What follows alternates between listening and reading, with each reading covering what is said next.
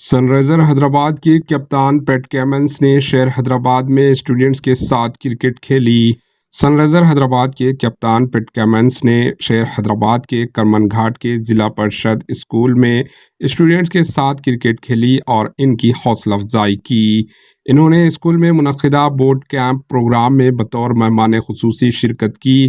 ان کی بچوں کے ساتھ کرکٹ کھیلتے ہوئے تصاویر اور ویڈیوز سوشل میڈیا کے مختلف پلیٹ فارمز پر تیزی کے ساتھ وائرل ہو گئی۔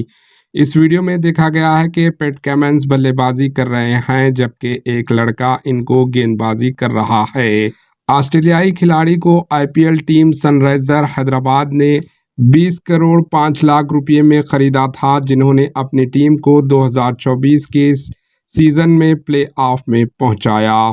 پیٹ کیمنس کو اسکول کے بچوں نے سائنسی آلات کے استعمال، ان کے چلانے کا طریقہ اور سائنسی نقطہ نظر سے نئے آلات کی تیاری کی تفصیلات سے اس پروگرام میں واقف کروایا۔ Bureau report, AHN news.